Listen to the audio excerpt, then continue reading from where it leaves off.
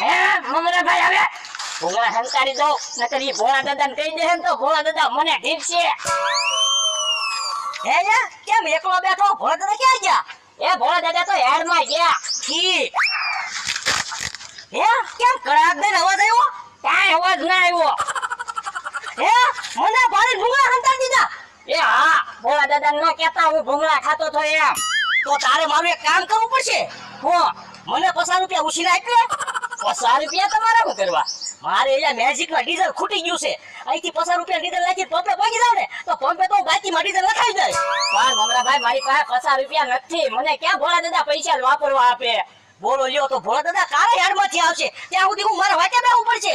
ગાડી ગાજી છે લગભગ તો આવતા રહેશે. ઠીક છે જો આવ્યા. તો વાંધો નહીં.